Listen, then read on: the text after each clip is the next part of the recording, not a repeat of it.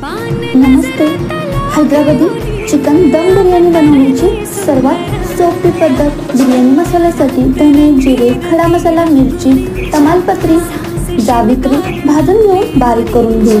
Chicken marinate करण्यासाठी चिकनमध्ये मीठ, हळद, बिर्याणी मसाला, आले लसूण पेस्ट, पुदिना, मिरची, दही आणि तूप घालून 2 तासासाठी मॅरिनेट करून घेऊ.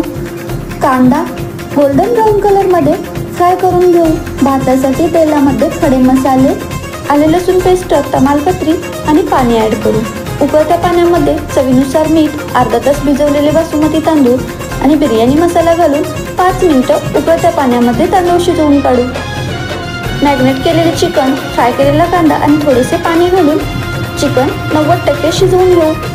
90% शिजलेले भाताची लेअर लावू. वरून तापलेल्या कोळशावरती 2 चम्मच साजूक तूप सोडून दम देऊ आणि 20 मिनिटांसाठी मंद गॅसवर ठेवू.